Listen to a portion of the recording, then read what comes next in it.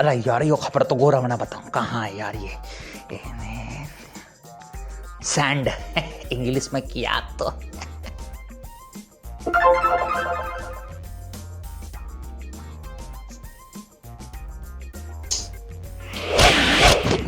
अरे अरे टाइम पे क्यों नहीं आता तू डिबेट की है। हाँ ठीक है, पर ये मैसेज क्या लिखा है आपने? अब यही के डिबेट का टाइम हो रहा है तो के WTF कर रहा है वहां बैठ के। WTF का मतलब पता है आपको? Work from home. वो WFH होता है, वर्क फ्रॉम होम। ये WTF है, इसका मतलब कुछ और होता है। आप रहने दो यार। अरे यार तू ही तो बोलता कि हमारा जो प्लेटफॉर्म है एशियाविल का वो मिलेनियल है। अब मैं कोशिश कर रहा हूं तो तू मना कर रहा है यार, ऐसे मत कर। अरे आप जैसे बोलते हो वैसे बोलो ना। मिलेनियल अपनी बोल लेंगे, आप अपनी बोलो। एक दूसरे के बीच में मत घुसो, गड़बड़ हो जाती है बहुत ज्यादा। अरे डिबेट ठीक है, मैं तो वो ये वाली खबर बताना चाह रहा था तुझे कि फ्लाइट चालू हो रही है। कहीं तेरा कोई प्लान तो ना है ना मुंबई जाने का जल्दी से? मैं यूँ कह दूँ कोई जरूरत ना है जाने की। मेरी बात है ना, गांठ बांध के धर लिए, नहीं तो लिख के ले लिए। कोई जरूरत ना भी जाने की, कहीं प्लान बना रखा हो। टिकट के रेट देखें। और वैसे भी मुझे कोई इतनी इमरजेंसी नहीं है मुंबई जाने की। पर मेरे को ना एक चीज़ हजम नहीं हो रही कि आपने पूरे देश में ना तो ट्रेन ढंग से चालू की है, ना बसें चालू की है, ना ढंग से मेट्रो तो बिल्कुल ही नहीं चालू की इनफैक्ट। पर आपने फ्लाइट चालू कर दी है। मतलब एक बात बताओ, आम आदमी के लिए जो सबसे ज़्यादा इंपॉर्टेंट ट्रैवल का सिस्टम था वो तो बंद ही है।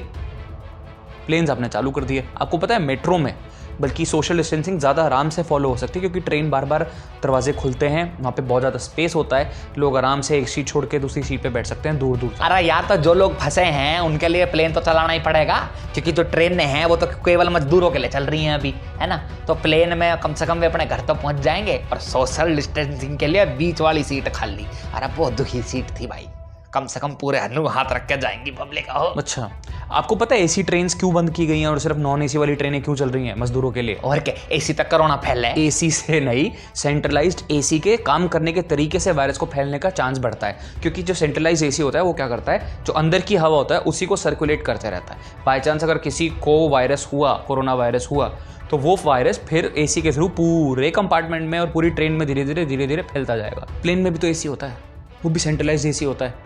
ऊपर जाके आसमान में ना खिड़की खोलने को नहीं बोलते कि ठंडी ठंडी हवा खा लो बाहर से, वहां पर भी तो फैलने का डर है। अरे तो कोई कोरोना वायरस वाला ना एंट्री देंगे ही ना बाहर ही रोक लेंगे उसे। हाँ, वो तो अपने माथे पे लेकर आके घूमता है ना, I am a corona virus patient. अरे जो एसिम्प्टोमेटिक आदमी है वैसे उसका पता नहीं चलता है कि वो बीमार है या नहीं, और कितने लोगों को वो बीमार करता है। अगर ऐसा ही था कि वो सब चीज़ों को बाहर रोक लेते सारे कोरोना वायरस वाले पेशेंट्स को, तो अब तक ये बस रोक ही सकते थे।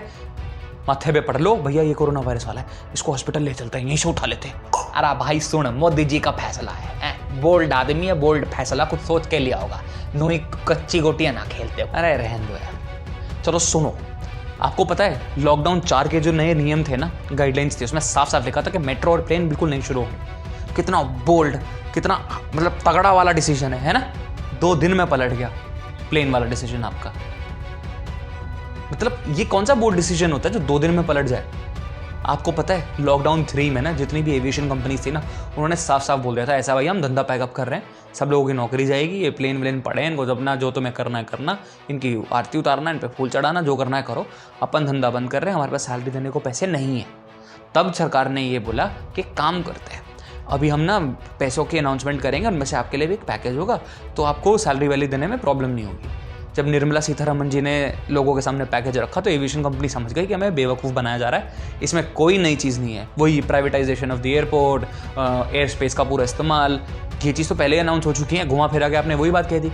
फिर उन्होंने कहा ऐसा है भैया अब हम तुम्हारी बातों में नहीं आ रहे, हम सारी फ्लाइट्स और सब अपना धंधा पैकअप कर रहे हैं। इस डर से जाकर अनाउंस किया गया कि फ्लाइट्स को चालू किया जा रहा है। अरे जरूरी थोड़ी है उनकी बात सुन के ही किया है, थोड़ी बहुत कंफ्यूजन होगी फिर नू सोचा होगा यार नहीं यार चला देनी चाहिए, तो उन्होंने चला दी। अरे कंफ्यूज तो ये सरकार नोटबंदी के टाइम से ही है। अब तो लोगों को भी समझ में आ जाता है कि गाइडलाइंस में क्या आएगा आगे आने वाली। इनफैक्ट मीडिया को भी पता होता है, वो पहले ही बता देते ये गाइडलाइंस आने वाली हैं। एक बात बताओ, ठेके खोल दिए आपने हैं, और जब वहाँ पे भीड़ हो गई, सोशल डिस्टेंसिंग की धज्जियाँ उड़ गई, आपको लगा ओ शिट ये तो हमारी बेइज्जती हो जाएगी, अब सारा मीडिया हमारे पर चढ़ जाएगा, क्या करें? आपने फिर कंफ्यूज हुए आपने चीज़ का एक समाधान निकाला, ओह टोकन लगा देते हैं। ये चीज़ तो पहले भी कर सकते थे। ये जो बोल्ड डिसीजन लेना होता है ना, ये बोल्ड डिसीजन नहीं है, इसको बोलते हैं अनप्लान्ड।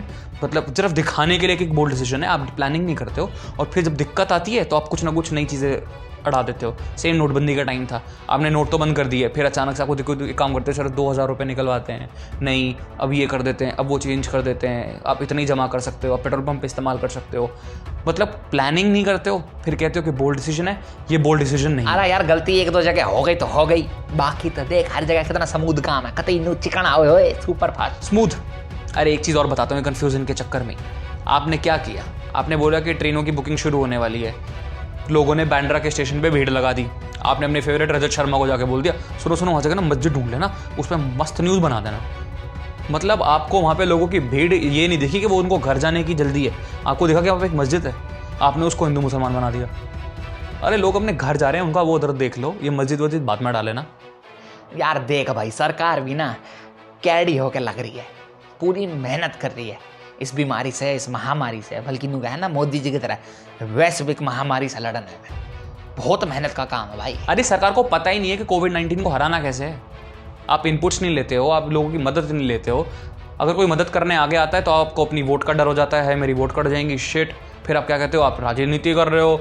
अरे सामने वाले से मदद लो, बात खत्म, राजनीति अपनी तरफ होती है। उसके अलावा जब पूरी दुनिया कोविड से लड़ रही थी, हमारे देश में क्या हो रहा था, हमारे देश में हो रहा था हिंदू मुसलमान कोरोना बम है, वो फट जाता है। और जितने भी ये कोरोना बम बोल रहे थे, उनके अपने खुद के ऑफिस में कोरोना बम बन गए हैं। वो कितने लोग बीमार हो गए हैं। अब क्या करें हम, उनको बॉयकॉट कर दें जिस तरह वो बोल रहे थे कि सब मुसलमानों को बॉयकॉट कर दो। अरे यार मैं मानता हूँ उन दिनों में ना बहुत गड़बड़ हुई है ना, बहुत गलत बातें कही गई, पर अब धीरे धीरे सब ठीक हो तो रहा है। मोदी जी भी अपनी 56 इंच की छाती ना ठोक के गए थे, उन्होंने कह गए थे मैं अपने आप देख लूंगा, सब ठीक हो जाएगा। अरे वो मोदी जी हैं, सब ठीक कर देंगे, समझ रहा है। अरे वो हॉलीवुड के हीरो थोड़ी है कि आधी दुनिया से अकेले लड़ लेंगे, वो उनकी फिल्मों में होता है। और तो और एक बात बता दूं, एवेंजर्स एंड गेम में भी सबको इकट्ठा होना ही पड़ा था।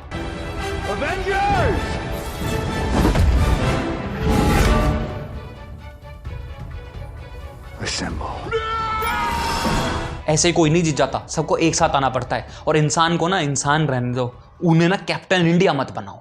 फ्लाइट चलाने से पहले कम से कम आम लोगों के जो ट्रांसपोर्ट्स थे उनको तो खोल देते हैं, जैसे कि मेट्रो और बसें, पर नहीं, सीधा फ्लाइट्स खोल दिया आपने। मेरा ये गुस्सा ना फ्लाइट्स की तरफ नहीं है, मेरा ये गुस्सा इसलिए इतना ज़्यादा है क्योंकि ये ही चीज़ मैं पिछले कितने दिनों से कह रहा था, बाकायदा एग्जाम्पल्स दे के कह रहा था कि यूरोपियन कंट्रीज़ ने अपने ट्रांसपोर्ट्स को बंद नहीं किया था ऑल दिस वाइल।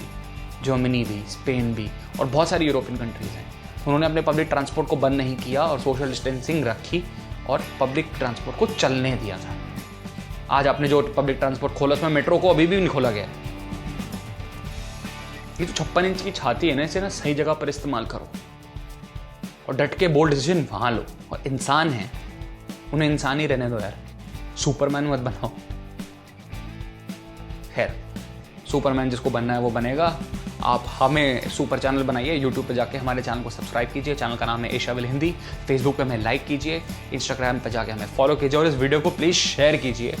और अगर आपको वीडियो अच्छी लगती है तो लाइक कीजिए, नीचे कमेंट कीजिए, है ना। ऐसे थोड़ी ना होता कि अकेले अकेले वीडियो देखिए, है ना। तब तक के लिए जय हिंद।